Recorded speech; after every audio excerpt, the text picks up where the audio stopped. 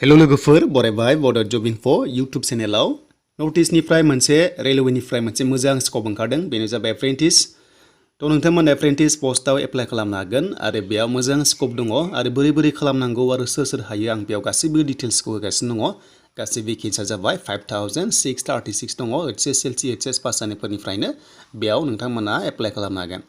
आरो लोगोफोर बेयाव माबोरै जागोन एग्जाम जाया लोगोफोर डाइरेक्ट बेयाव सेलेक्ट जागोन एग्जाम जाया दा बिदिब्ला बोरै जागोन जों बेयाव नायनोसै फैदो दा फाइनाली जोङो NFR मोनसे वेबसाइटआ फैबाय बेयाव फैनाय लोगो जोङो जेब्ला डेटआ एक्टिभ जागोन अब्लानो एप्लाइ खालामनो हागोन दायो एक्टिभ जाथ'वाखै जेब्ला जागोन आं नोंथांमोननो एप्लाइ प्रसेस लाना फैगोन दा गोबाव खालामा लोगोफोर सोर एप्लाइ खालामनो हायो जों बेखौ नायनोसै फैदो अफिसियेल नटिफिकेसन दा बेनो जाबाय पस्ट एप्रेन्टिस 5000 दङ आरो आसामनि थाखाय गोबां भेकेन्सि दङ दा बिदिब्ला आसामा बबेयाव दं होनोब्ला जों नायगोन आरो बेनो जाबाय नै नोंथांमोना नुनो मोनदों बेनि एप्लाइआ लोगोफोर जासिगोन दाहायनिफ्रायनो एक्टिभ जागोन जेब्ला एक्टिभ जायो अब्ला नोंथांमोननो भिडिअ खालामगोन आरो लोगोसे लास्ट डेटआ 30 स' 30 जुनसिम थागोन बिनि लास्ट डेटआ दिनै 1 जाबाय आरो दिनैनिफ्राय एप्लाइआ जागोन थ' बे जाबाय पस्टआ लोगोफोर एप्रेन्टिस 5636 दङ जेराव नोंथांमोना HSLC पास जानायनिफ्रायनो बेयाव एप्लाइ खालामनो हागोन सेलेक्शन प्रसेसआ बोरै नाय दा बेयाव एग्जाम जाया दै एग्जाम जाया नोंथांमोना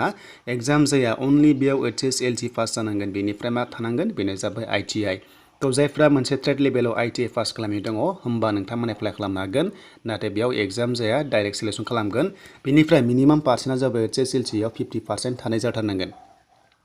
थ' नोङो HSLC आव मेट्रिक पासआव 50% थानाय जानांगोन मिनिमामानो मेक्सिमामा मोजां आरो बिनिफ्रायनो सेलेक्शन खालामगोन नोंथांमोननि ITI नि पार्सेन्ट बेनिफ्राय लोगोसे फरायनायनि पार्सेन्टखौ नायनानै नोंथांमोनखौ डाइरेक्ट सेलेक्शन खालामनाय जागोन होनना बुंदों आरो लोगोसे बैसोआ जुदि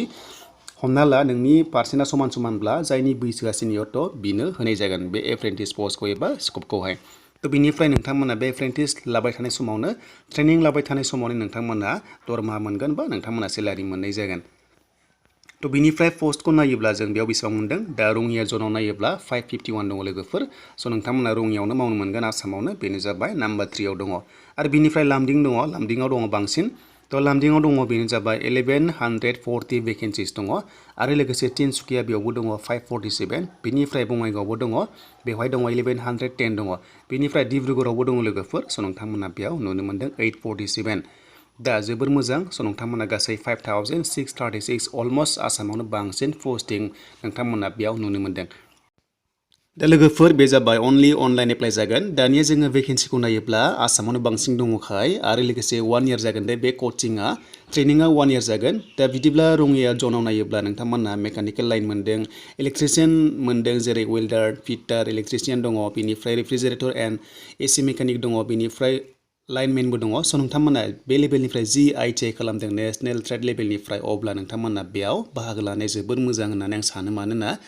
RRBआव साख्रि ओंखारसिगोन आरो बेयाव नोंथांमोना चान्सखौ मोनगोन डाइरेक्ट नोंथांमोना सेलेक्शन जानायनिबो चान्सआ थायो ओंखायनो लोगोफोर बेखौ लानाया जोबोर मोजां जोंनि हारिया बेखौ लाया मेक्सिमाम नाथाय लोगोफोर मोजां भेकेन्सि दङ आरो लोगोसे फिउचार दङ स' नोंथांमोना बेखौ लादो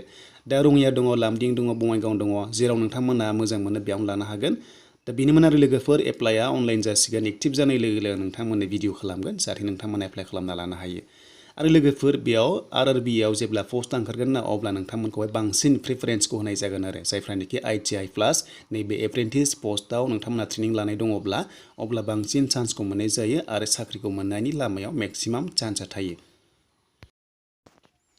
दानिया बैसो होनोब्ला बेवहाय बैसोआ मिनिमाम 15 इयार्स दै जायफ्रा 10 पास जाबाय हमना ला 15 इयार्सनिफ्रायनो नोंथांमोना एप्लाइ खालामनो हायो आरो मेक्सिमाम बेयाव नर्मेला 24 इयार्ससिम नाथाय जोंनि STफ्रा 5 इयार्स बारा मोननायखाय बेसेबां जायो बेनो जाबाय 29 इयार्ससिम दा लोगोफोर नोंथांमोना जायफ्रा ST हिसाबै एप्लाइ खालामनो सानदों अब्ला 15 इयार्स जानाय लोगोनो बेयाव बाहागो लानो हागोन नैबे एप्रेन्टिस पस्टआव आरो लोगोसे मेक्सिमाम 29 इयार्स जोंनि ST हिसाबै बेयाव बाहागो लानो हायो दा लानाया जोबोर मोजां मानि थाखाय होनोब्ला अनलि 1 इयारल'सो नालाय ओंखायनो 15 इयार्सनिफ्राय 29 इयार्सनि गेजेराव जायफ्रा ओरैनो दङ स' नोंथांमोना बेखौ लादो आरो लोगोसे पार्सेन्टखौ नायनानैसो सेलेक्शन खालामगोन एग्जाम जाया आरो पार्सेन्टआ मोजांब्लानो नोंथांमोना डाइरेक्ट सेलेक्शन जागोन दा बेनोमोन आरो लोगोफोर आरो लोगोसे बेयाव 10 पास बेनिफ्राय HS पास मोनसे डिफारेन्स दङ जुदि नोंथांना 10 पासआव 50% गैयाबा HS पासआव 50% दङबाबो बेयाव सेलेक्सन जागोन ओंखायनो स' नोंथांमोना 10 पास होनानै HS पास होनानै 50% थानाय जाथारनांगोन मिनिमामानो गाहायसिनानो आरो बुरजाबाथ' मोजांसो बेनिफ्राय